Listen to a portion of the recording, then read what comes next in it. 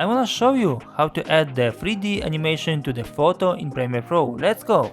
First of all, go to the effects control and decrease the size of the image that you want. Select the rectangle tool and draw an area around the image. Go to the Essential Graphics, uncheck the Fill and check the Stroke. Adjust the width that you prefer. Then highlight both clips and you need to nest them. Go to the Effects and write Basic 3D. Drag the Basic 3D effect to your clip. Go to the Effects control and click on the stopwatch icon of Swivel and tilt.